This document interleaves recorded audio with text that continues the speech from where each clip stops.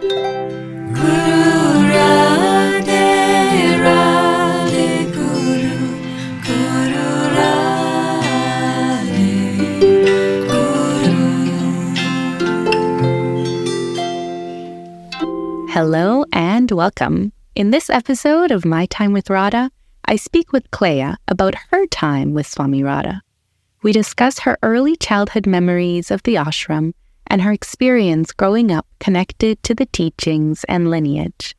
Hi, Clea. Hi, Katie. It's wonderful to be here with you today. And to begin, I had asked Clea what prayer she would like to start with. And I believe this prayer is called the Prayer to Saraswati, but I'm not quite sure. Do you have any insight on that? I don't know, actually.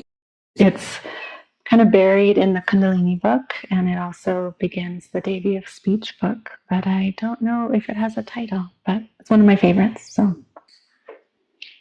O Devi, O Saraswati, reside thou ever in my speech, reside thou ever on my tongue tip, O Divine Mother, giver of faultless poetry.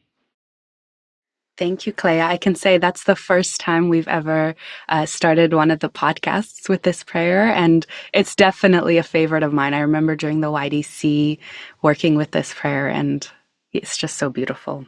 Yeah, it's really been, if we're talking about Swami Radha today, if there's one thread in my life with her, it's poetry, it's writing, it's art, and it's the power of language. And so I just wanted to me, it's like more of an incantation. It's an ode. It's something I like to keep in mind because it is a deep connection to me with her particularly. So we'll get started, as we always do, at the beginning. And my first question for you, Clea, is when did you first meet Swami Radha? How old were you? And how did your relationship with her develop? I met her when I was 5 in the late 70s, so either end of 78 or 79. So I was very young. So I don't actually remember the first time I met her. I don't know if it's like a clear memory because I was so little. I mean, I have memories of meeting her around the ashram out on walks. I was probably with my mother, probably hiding a little bit, nervous, scared, because Swami Radha was such a kind of this beautiful and yet intimidating figure. And I was like a little person.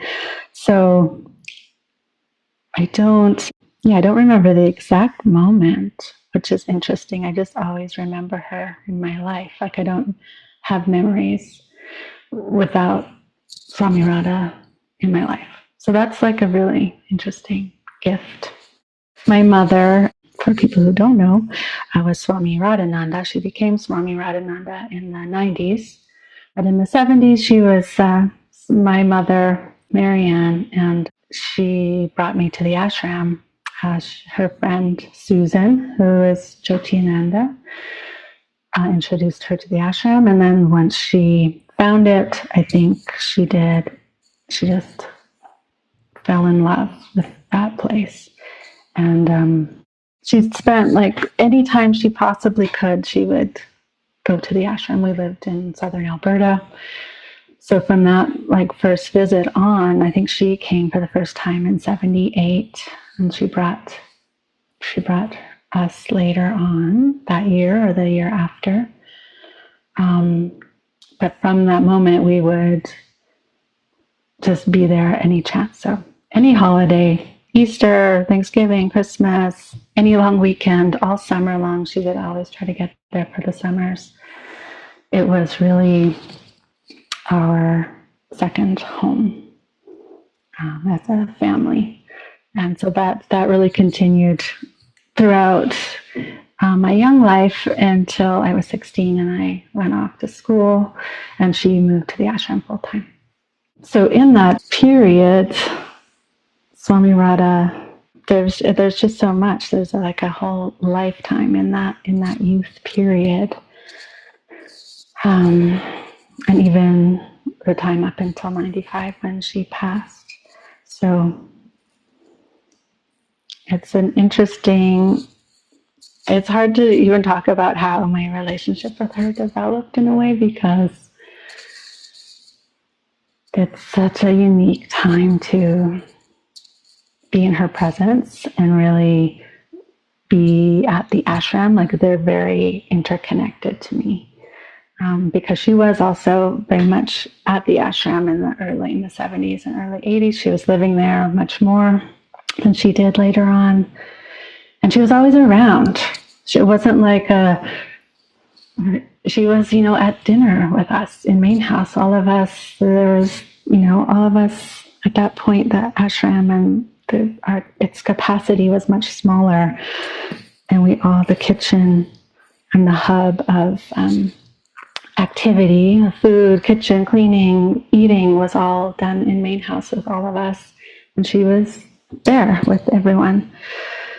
She was giving satsangs.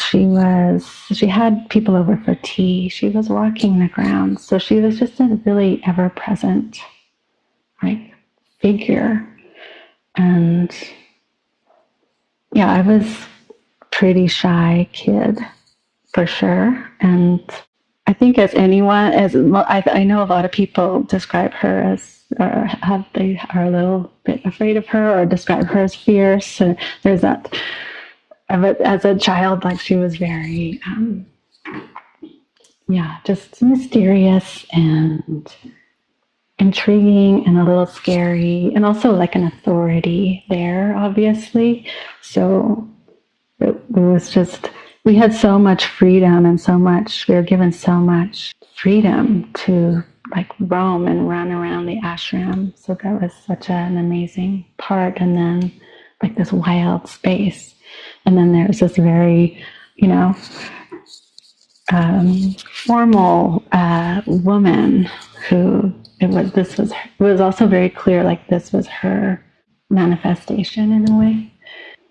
So if I think of my young self and moments with her that were impactful, or that stood out to me, because there's so many of this almost daily interactions with her when we were there, I'd have to say there's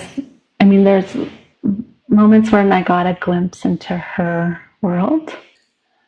If I think about a moment that stood out to me as a young person, meeting her, and it was getting the glimpse into her world. The world of the ashram itself was very familiar to me, but she had this other, she lived in many mansions, which is still there, but it was kind of this mysterious place at that point for me. Anyway, she invited my family, so my mother and my brother and myself over. I think it was Christmas. It was definitely Christmas. I remember being very nervous. I think I would have been 6 or 7. So I was trying to place it. And she just invited us over for some tea, some treats probably. She liked to have that. And then we came into many mansions. And then she said to my brother and I that she had little gifts in her room, and we could go and pick one. And so the setup of her room, to get to her room, you had to walk through her bedroom. And it's I'm a little person too. This is we had to go one at a time, and I was super nervous. And her bedroom was this very elegant place. She was a really elegant European woman, right? She's had this very fine tastes in a way. Even though she was a renunciate at that point in her life, she had sort of welcomed back physical comforts. And she, had this beautiful bed, the satin bedspread or silk. So it was very fine material. She had this armoire with jewels and perfume, and her furniture is antique Chinese furniture. And she had these beautiful and frightening Tibetan tankas hanging everywhere. And statues of Krishna that were like the size of me. So walking through this, it was very just like a foreign magical world. And then, so you passed through her bedroom and you got into the sunroom. And it's this beautiful room of windows. And at that time, it had a glass roof as well. And this was her sort of study meeting area. There's a desk and there's tons of books and there's more of these, spiritual things everywhere, golden taras. And it just felt very, it was not what I was used to, like the ashram. Other parts of the ashram are very humble. My family was very we were not wealthy. We were very basic.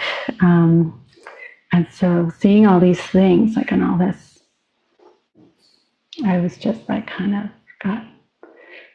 I was amazed and also very nervous. And I was so nervous, I didn't remember where she said to go and get my little gift. I didn't know. And there were so many places where there were lots of little beautiful things. And I had to turn around and go back and ask her where I had to go. And that was like so hard for me to do as a little tiny shy person. But she walked me back into her room and showed me. It was like a little tree and it had ornaments on it, but they weren't ornaments. They were jewels, like not like real gems, but little crystals and little lovely things. So I got to pick one that I wanted. And I chose this little crystal bug. Anyway, it was just to me, it was my first entry into her, like, intellectual, spiritual mind. Like, she had such a curious, open mind that was created all this, like, beauty and knowledge. And I felt like walking into her rooms, I had discovered that. And it just stayed with me, and my sort of fascination with her as a person. And I just thought she was kind of almost like exotic. I don't know. She was just something I had never encountered before. And that was that. If I think of a moment that impacted me, it was that.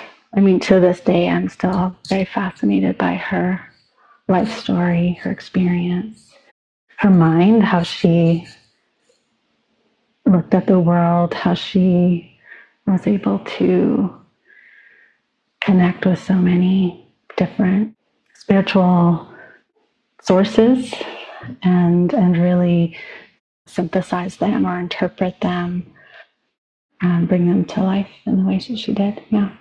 Thank you for sharing that, kind of your first glimpse into almost her personal life, like going through her bedroom and seeing all these things that you hadn't seen before.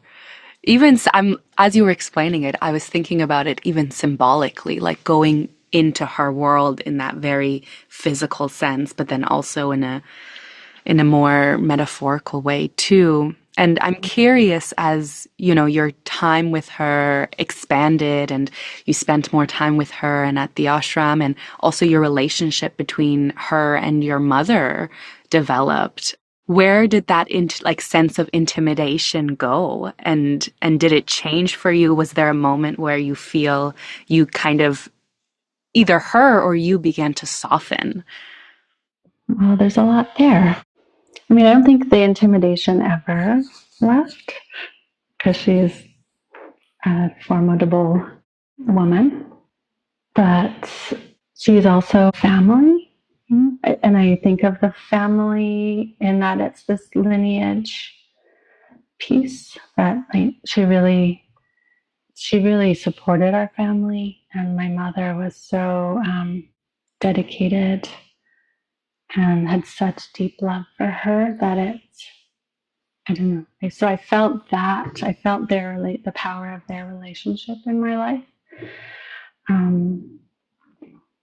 And I felt always her support. Like she could be very challenging to me as I grew into a young woman.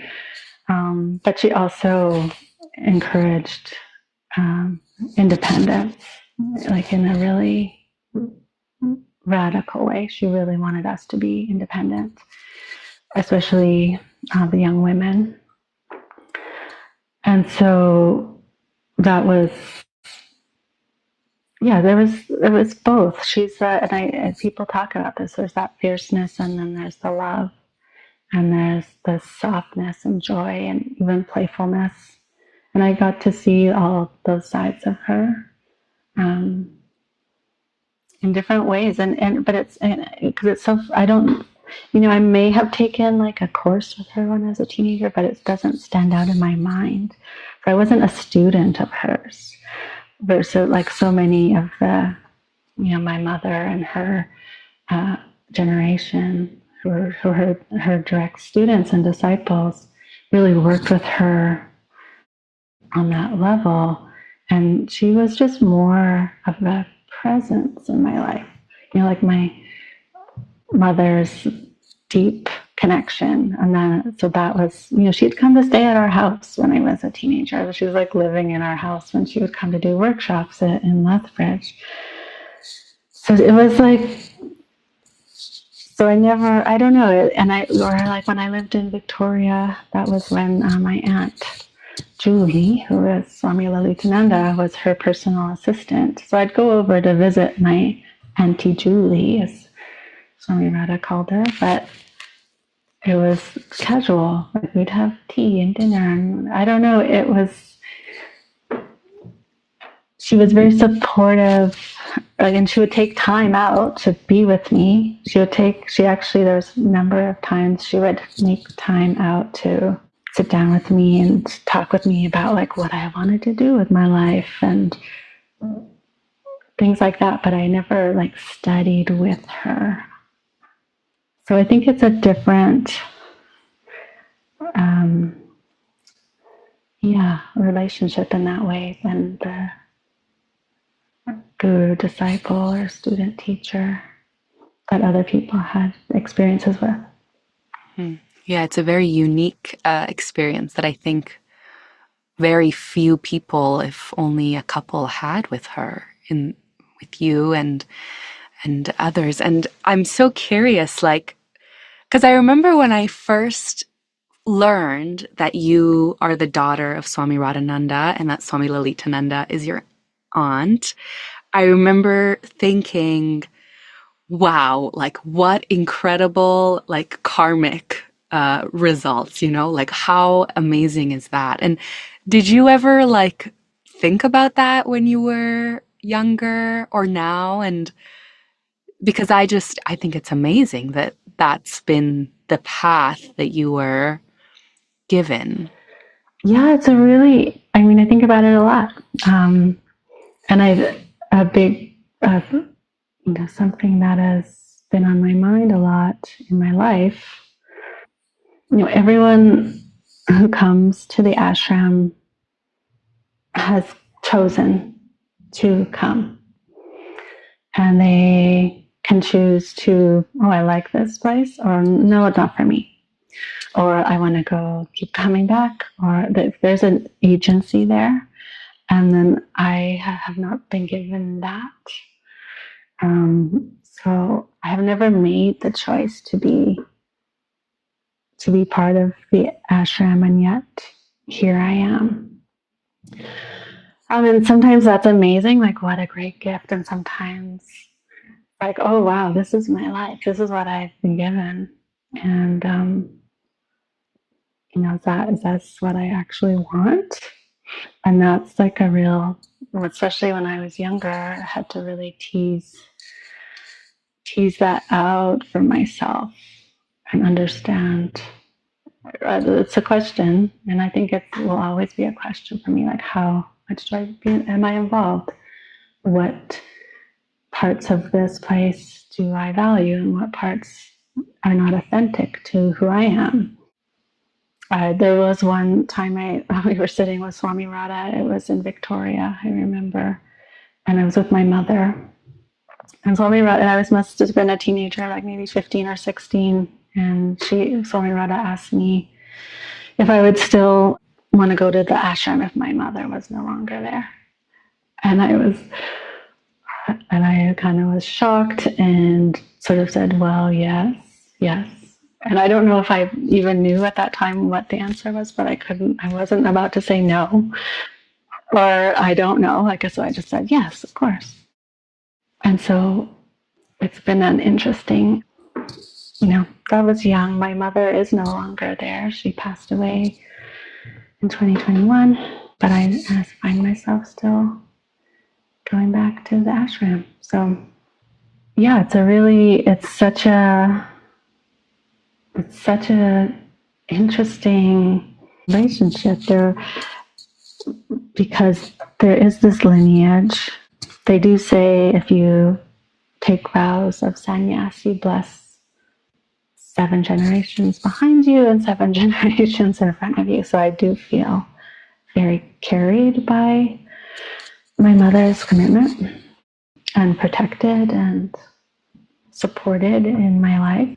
And there's a deep, there's a mystical aspect to it too. Like, how did I arrive here through no work of my own in this lifetime, right? So that opens it up to more questions that maybe are harder to answer because they're not of this earthly realm. I have had very strong feelings of that, of almost more like sisterhood with my aunt and my mother and Swami Radha. Swami Radha would often say, we've been together before. So I don't know what that means, but I know I have a deep, deep connection to the ashram, to Swami Radha, especially like when I was starting to work for the ashram, doing Ascent Magazine, and then I worked with Timeless Books for almost 15 years. That period of time, that was when I felt the most connected. So it was after Swami Radha had died, and yet here I was working with her work. And that was, I think, the most meaningful work I've done in my life. I really appreciated you talking about yourself being carried by your mother's promise, because of course it's so connected to the title of her book, Carried by a Promise. And as you were explaining, your memories from Main House and having dinner with Swami Radha and how involved she was, like, I just kept getting flashbacks from scenes of the book and her writings. And I also wanted to say, like, you said something along the lines of, to no work of your own, you are here, but also like thinking about all that you have done for the ashram and how you're continuing to be present and showing up. I would say that it is through your own work that you've, kept that connection and that relationship. And I think that's really just magical, because it could have been, all this karmic grace and you reject it and maybe in the next life, but it sounds like you've kind of accepted it. And I would love to hear a little bit more about your involvement with the ashram and how it's changed and developed over time. You mentioned Timeless Books and, of course, Ascent Magazine. What was that time like for you?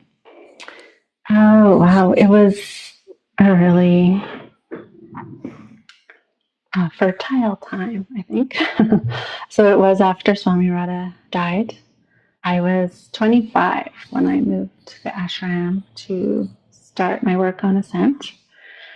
I was there for a year, just under a year and a half, and then we moved it to Montreal.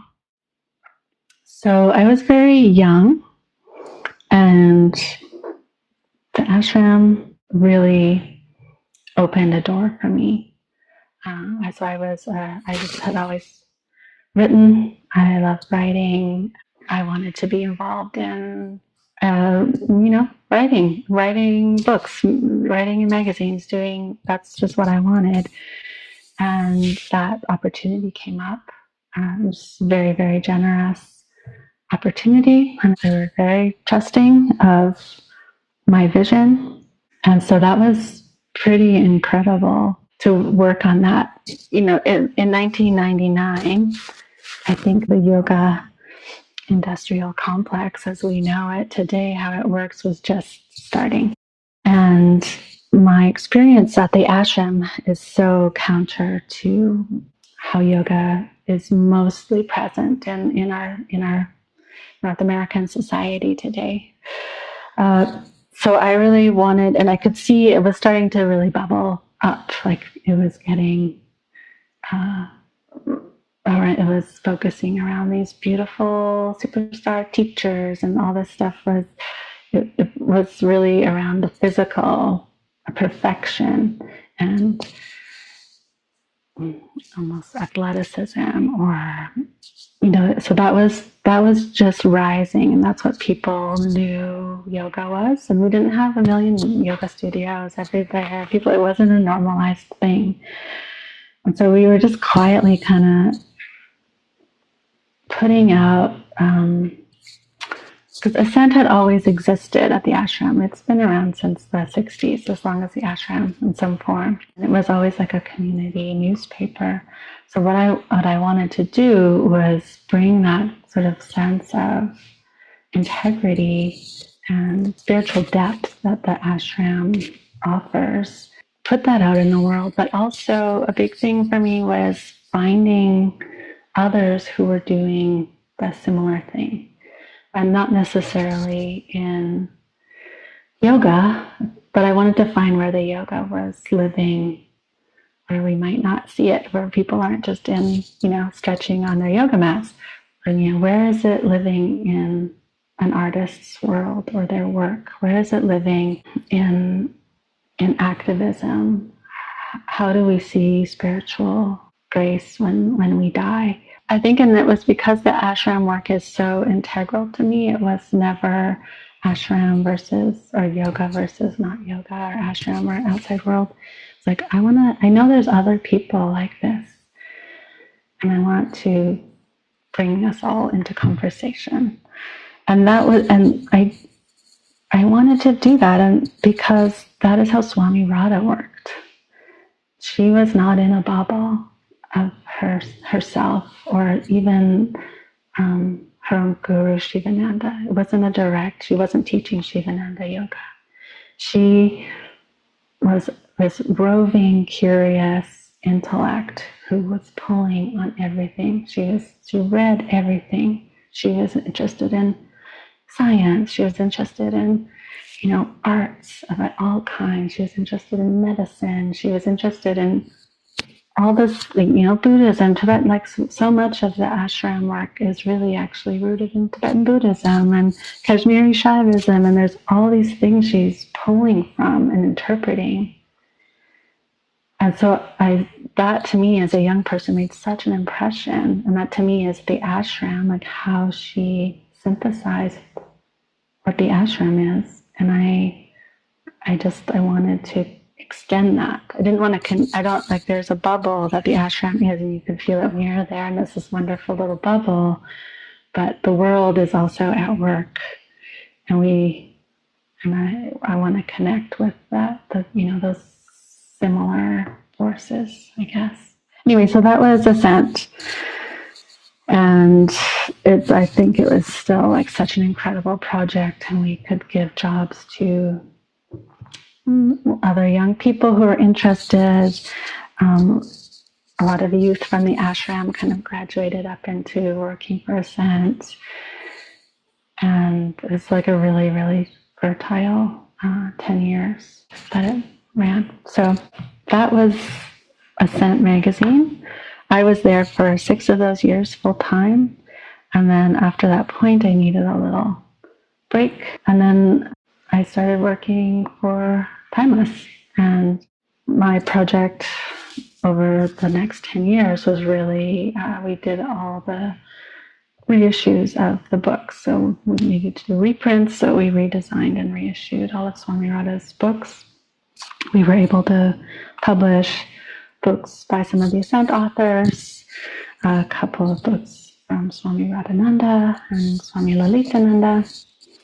So being able to work with these sacred texts on a daily basis, rereading, like proofing, editing, reading these books through multiple times, it just felt like those things got even deeper into my cells.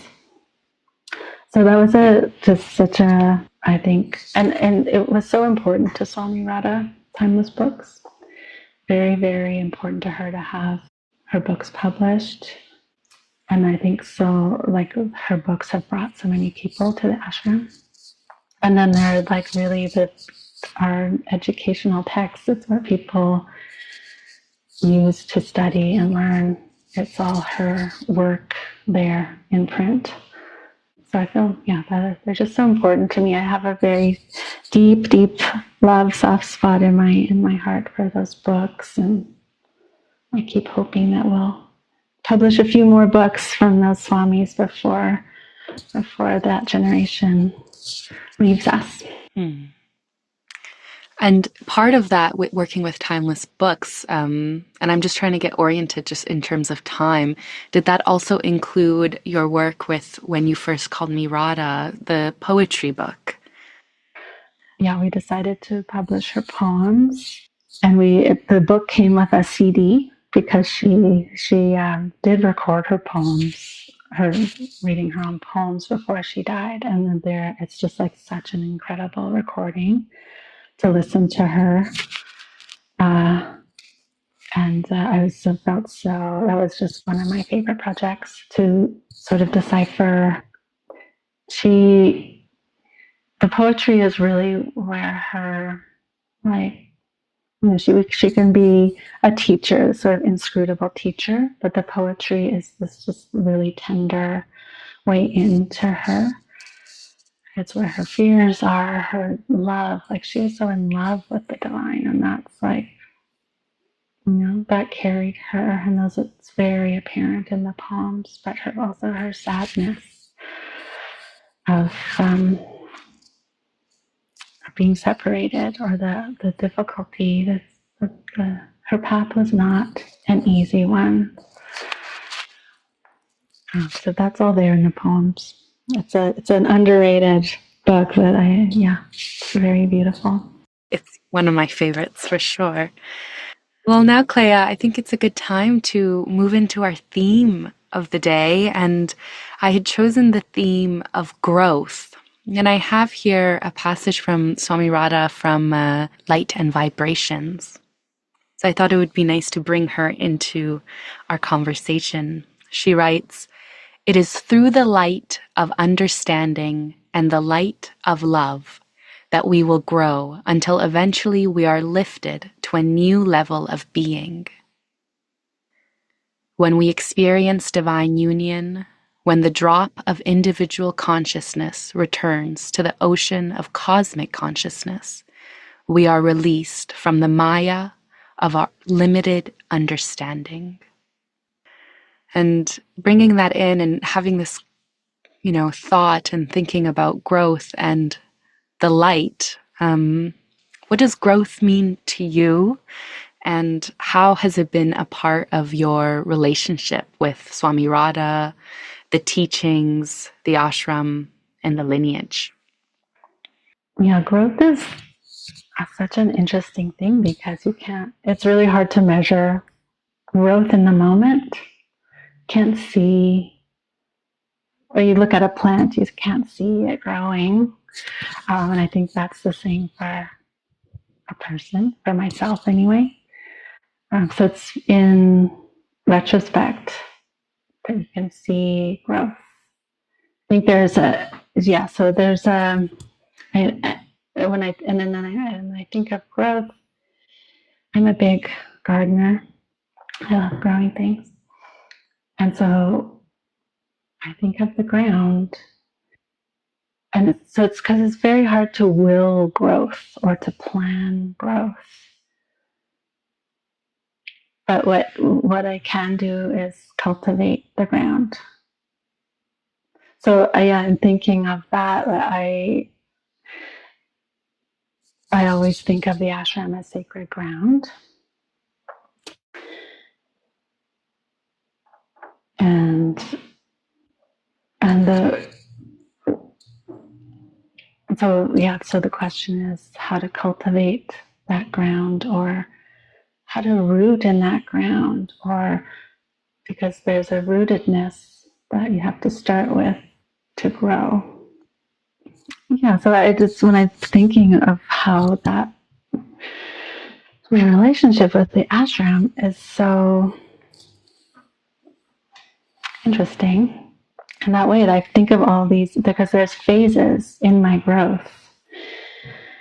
There's myself as a child when the ashram was my playground.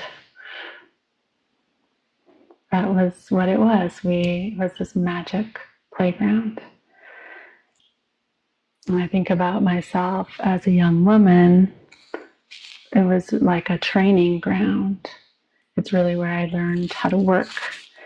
And I really learned how to work hard.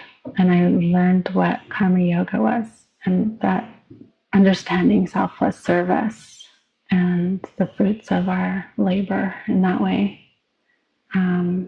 That is such a powerful thing that I carry with me, really, is that training ground piece, that understanding selfless service. And then there was like the publishing era, the Ascent and Timeless era, where I wasn't actually at the ashram very much. I wasn't living there, and yet I felt so grounded in that work, and it was such that fertile, creative time for me. And then, a few years ago, I moved back to Nelson to be closer to the ashram to take care of my mom, and I became her caretaker. And I got to be with her when she died at the ashram in the sunroom where Swami Radha used to live. And so it felt like this really sacred burial ground. So it's all these, it really feels like so if I look back at that, there's this growth from this child brought to the ashram by her mother to who I am now, putting her mother into the ground, or into the lake as we did, not the actual ground, the water. But like that's an incredible growth. If I look at that life and I'm only halfway through or midlife-ish, so I could never have planned that arc of my life or that growth. And there's the other, like you talked about, the light of love and understanding, and it's that line from Divine Light invocation too, like I'm ever growing into Divine Light, because that's what we do. This is like the actual physics of this realm. We're on the earth, we're rooted on the ground, and yet we are reaching up to the light. The plants are growing to the light. We are growing to the light. And it's, every time I'm at the ashram, I feel my younger self there. And I still feel like the ashram kid, and I'm not a child anymore. But